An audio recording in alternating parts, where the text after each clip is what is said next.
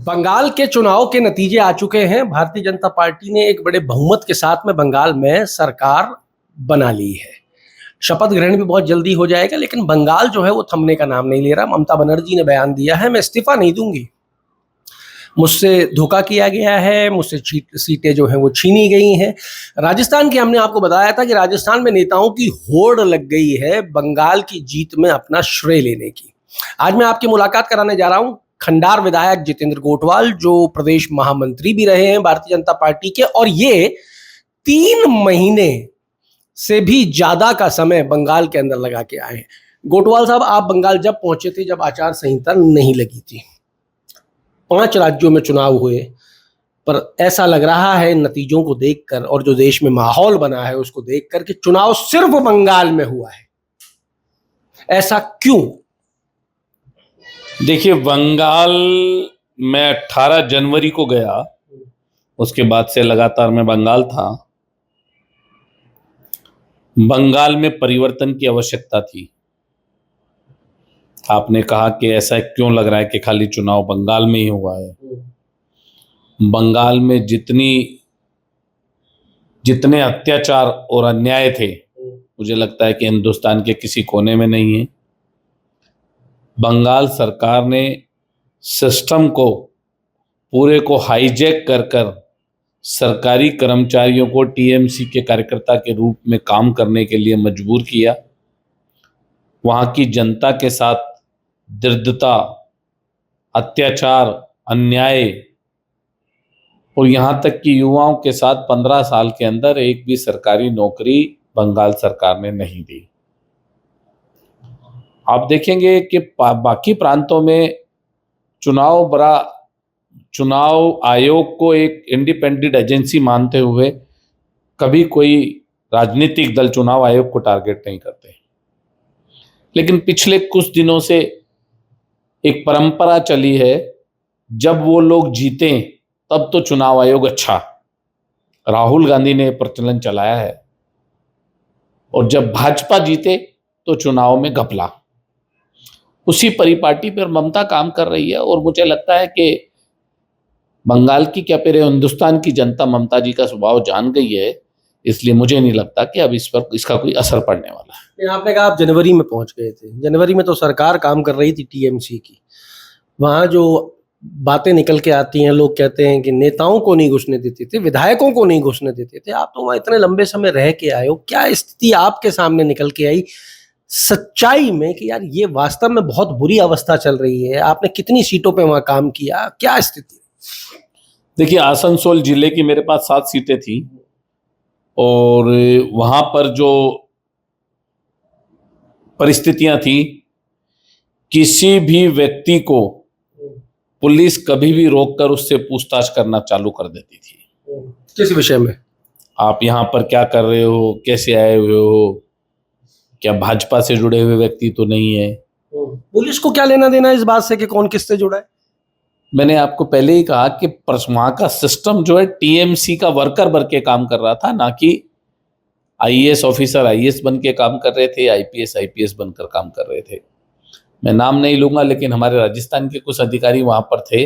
उन्होंने of the record मुझसे आके कहा, भाई साहब हम यहाँ पर आपसे हम नहीं मिल पाएंगे, नहीं तो नौकरी नहीं कर सकते। इतना डर, इतना भय किसी मुख्यमंत्री का। उनको ऐसा लगता था जैसे अगर हम मिल गए किसी बीजेपी वाले से तो उनको मार दिया जाएगा, ऐसा डर उनके अंदर नजर आ रहा था। तो मुझे लगता है कि लोकतंत्र के अंदर ऐसा नहीं होना चाहिए। और जो हुआ, जैसे हालात बने और बंगाल की सरकार टीएमसी के हाथों से गई, भाजपा के पास आई, भाजपा में बंगाल के लोगों ने विश्वास जताया है कि पूरे देश में भारतीय जनता पार्टी की माननीय नरेंद्र मोदी जी के नेतृत्व की सरकार जहां जहां भी चल रही है, वहां विकास भी हुआ, रोजगार भी मिला, पीएम आवास भी मिला। कल मोदी जी ने जब माननीय प्रधानमंत्री जी ने पार्टी कार्यालय से जब पहला उद्बोधन दिया तो उसमें क्या कहा, पहली कैबिनेट में आयुष्मान चालू करेंगे। यानी हमारा मूल उद्देश्य जनता तक मूलभूत सुविधाओं को पहुंचाना, जिसमें बड़ी एक सुविधा है, आदमी बीमार हो जाए तो उसको इलाज मिले। क्या ये सारी मूलभूत सुविधाएं वहां नहीं थी? बिल्कुल नहीं थी। ममता जी ने आयुष्मान लागू नहीं होने दिया, पीएम आवास वहां पर नहीं मिला करते थे, और किसान सम्मान निधि का जो पैसा था उसकी जो सूची उन लोगों ने दी थी वो भी मात्र 25% ही दी गई, क्योंकि सूची तो हमें राज्य सरकार से लेनी पड़ती है, तभी केंद्र सरकार उस पर इम्प्लीमेंट कर पाती है। ऐसे हालात उन्होंने बनाए हुए थे कि आपको ध्यान होगा, कलकत्ता के कुछ दूरी पर ही एक बच्ची का कुछ दिनों पहले, 6 महीने पहले बलात्कार हुआ था, सामूहिक बलात्कार। उसकी एफआईआर तक से ना हो इसके लिए भी टीएमसी के लोगों ने प्रयास किया। 10 लाख रुपए मुआवजा तो देने को तैयार हो गई ममता जी, लेकिन उसको एक महिला का दर्द महसूस नहीं हुआ। मैं तो ये कहूंगा कि ऐसी महिला जो है, जो महिला का दर्द महसूस नहीं करे, इस देश की जनता का दर्द महसूस नहीं करे, खाली नाटक नोटंकी, ज्यादा समय नहीं चलती, फिर भी 15 साल उन्होंने राज किया, और अब उनको लोकतंत्र में जो निर्णय जनता ने दिया उसको स्वीकार करना चाहिए।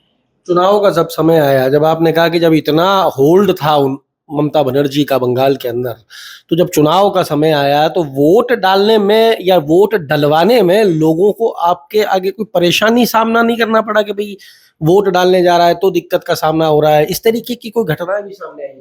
पिछली बार इस तरह की घटनाएं आई थी, हमने चुनाव आयोग को पत्र लिखा, चुनाव आयोग ने उस पर काम किया। मैं चुनाव आयोग को धन्यवाद देना चाहता हूं कि इस बार बंगाल का चुनाव निष्पक्ष था। उन्होंने सेंटर फोर्स मांगी केंद्र सरकार से, केंद्र सरकार ने सेंटर फोर्स दी, और उसमें निकल कर आया कि एक मतदाता को एक वोट देने का जो अधिकार है वो उससे वो वंचित ना रह जाए, उसके लिए चुनाव आयोग का परिश्रम था, उनकी मेहनत थी। उन्होंने जो ARO लगाए थे, RO लगाए थे, विधानसभा RO लगाए थे, उन सब लोगों ने काम किया। उसका परिणाम था कि 90% मतदान वहां पर हुआ, और मैं धन्यवाद देता हूं माननीय चुनाव आयोग को भी और केंद्र सरकार को भी, जिन्होंने पारदर्शी चुनाव इस बार बंगाल में कराए। चलिए साहब, राजस्थान लौट के आ जाते हैं, नतीजे आ गए। कल गोविंद सिंह डोटासरा ने भी प्रेस से बातचीत की, उन्होंने कहा कि राजस्थान के तो वो नेता श्रेय ले रहे हैं बंगाल की जीत का जो अपनी खुद की सीटें नहीं बचा पाए राजस्थान में। देखिए, मैं तो इतना ही कहना चाहूंगा, चुनाव हारना जीतना अलग विषय है, लेकिन कुछ बड़े नेताओं का जो अनुभव हमारी पार्टी के अंदर इतना बड़ा है, इतना अच्छा अनुभव है कि वो कहीं पर भी किसी भी प्रांत में जाकर पार्टी संगठन का काम खड़ा करके और चुनाव जिता सकते हैं, ये उन्होंने प्रूफ कर दिया। बाकी रही उन्होंने क्या कहा, तो उन्होंने किस एंगल से कहा, किस विषय को लेकर कहा, मैं उस बारे में कोई टिप्पणी नहीं करना चाहता। बंगाल आप रह के आए हो, जीत का पूरा श्रेय किसको जाएगा? क्योंकि जिस ऊर्जा के साथ में आपके दो नेता काम करते नजर आए, अब इनको बुजुर्ग कहना जो है, वो बुजुर्ग शब्द भी इनके लिए जो है वो फिट नहीं बैठता है, क्योंकि एक तो आपके 73 साल के हो गए, एक 68 के आसपास के हैं, लेकिन जिस ऊर्जा के साथ में दोनों नेताओं ने काम किया, तो इनमें श्रेय जो है वो किस तरीके से किसको जाएगा? देखिए, हमारे प्रधानमंत्री नरेंद्र मोदी जी के नेतृत्व को इतना वोट मिला, उनको श्रेय जाएगा ही। साथ में जो संगठन के स्ट्रक्चर को जिन्होंने स्ट्रांग करने का काम किया, नीचे तक पहुंचाने का काम किया, माननीय सुनील बंसल जी, काफी समय जिन लोगों ने दिया वहां पर, ऐसे हमारे भूपेंद्र यादव जी और अमित शाह जी की रणनीति, इसमें कोई दोहराई नहीं कि इन सब लोगों ने मिलकर काम किया, और इनको श्रेय भी जाना चाहिए। और इस देश को, इस देश की जनता को, बंगाल की जनता को, बंगाल भारतीय जनता पार्टी की झोली में आए, उसकी आवश्यकता थी बंगाल के विकास के लिए, वो हुआ। बंगाल की जनता को धन्यवाद देता हूँ, आसनसोल की जनता को भी धन्यवाद देता हूँ, जिन्होंने एक ऐतिहासिक इतिहास बनाया वहां पर। बंगाल की जीत का राजस्थान पे कोई असर? बिल्कुल नेचुरली, राजस्थान में वहाँ हमारे वहाँ पर काफ़ी प्रवासी रहते हैं, और मुझे नज़र आ रहा है जब से बंगाल का रिजल्ट आया है, राजस्थान में भी एक वातावरण बहुत पॉजिटिव बनने लगा है। किस चीज का? पहले भी पॉजिटिव था, वो और पॉजिटिव बनने लगा है। किस चीज के लिए पॉजिटिव? चुनाव की दृष्टि से, भाजपा की दृष्टि से, सरकार की दृष्टि से, हमारे मुख्यमंत्री जी की दृष्टि से पहले जितना पॉजिटिव था वो और पॉजिटिव। ऐसा क्यों हो रहा है गोठवाल जी कि आपके सारे नेता इतनी ऊर्जा से ओत-पोत नजर आ रहे हैं कि बंगाल जीत लिया तो अब हिंदुस्तान में कहीं हारेंगे ही नहीं? देखिए, मैं ज्यादा बड़ी बात नहीं कहना चाहूंगा, लेकिन इतना जरूर कहना चाहूंगा, इस बार राजस्थान में भी हम सरकार रिपीट करेंगे। और हिंदुस्तान में, क्योंकि मैंने आपको पहले भी कहा, हमारे देश के यशस्वी प्रधानमंत्री माननीय नरेंद्र मोदी जी के नेतृत्व को लोगों ने स्वीकार कर लिया है, इसलिए हम जहां भी प्रांत में लड़ने जाएंगे लगभग हम लोग सरकार भी बनाएंगे और राज्यों में भी बनाएंगे, केंद्र में भी बनाएंगे। तो राजस्थान के अंदर भी रिपीट कर लेंगे, लेकिन उधर तो कांग्रेस के अंदर चर्चाएं चल रही हैं कि सचिन पायलट ने एक अहम भूमिका निभाई है केरल के चुनाव के अंदर। पायलट को राजस्थान में बड़ी जिम्मेदारी मिलनी चाहिए। देखिए, जिन्होंने जहां जहां भी भूमिका निभाई है उनकी चर्चाएं हैं और उसको स्वीकार भी करना चाहिए। अगर उन्होंने की है तो मुझे लगता है कि अगर लोग गहलोत साहब को बड़ा मन रखकर उनको आगे बढ़ने का मौका देना चाहिए। बाकी तो राजनीति में जनता निर्णय करती है, पॉलिटिकल लोग नहीं करते। लेकिन आपके यहाँ से तो ऑफर जा रहे हैं सचिन पायलट को, आपके प्रदेश अध्यक्ष कह रहे हैं कि पार्टी गलत है, आदमी सही है।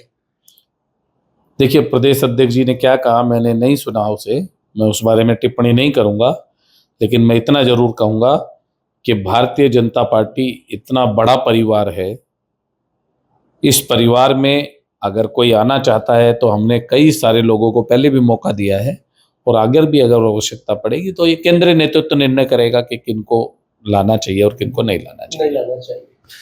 तो साहब, आप सुन रहे थे जितेंद्र गोठवाल को, जिनके पास में जिम्मेदारी थी आसनसोल की 7 विधानसभा सीटों की जिम्मेदारी थी और जनवरी से लेकर चुनाव होने तक ये बंगाल रहे हैं। एक लंबा समय बंगाल में गुजारा है, बंगाल में क्या कुछ बीती है वो उस पर बात की है और इनका मानना है कि बंगाल चुनाव के जो नतीजे हैं वो राजस्थान पर भी इम्पैक्ट डालेंगे और राजस्थान ही नहीं, जहां जहां और चुनाव होने हैं उन पर भी इम्पैक्ट जाएगा, क्योंकि अब भाजपा का परिवार चुनाव हारने वाला नहीं है। सचिन पायलट के लिए भी कह दिया है कि परिवार बहुत बड़ा है भाई हमारा, हमने पहले भी लोगों को मौके दिए हैं और दरवाजे सबके लिए खुले हैं। तो राजस्थान की राजनीति भी जो है बंगाल चुनाव के नतीजों के बाद में रोचक होती जा रही है। देखेंगे और क्या क्या यहाँ निकल के आता है। जब तक जुड़े रहिए हमारे साथ। अमर उजाला के लिए जयपुर से मैं आशीष। आपके राज्य की खबरें, आपके शहर की खबरें सबसे पहले जानने के लिए देखते रहें अमर उजाला। चैनल को सब्सक्राइब जरूर कर लें और पाएं हर अपडेट।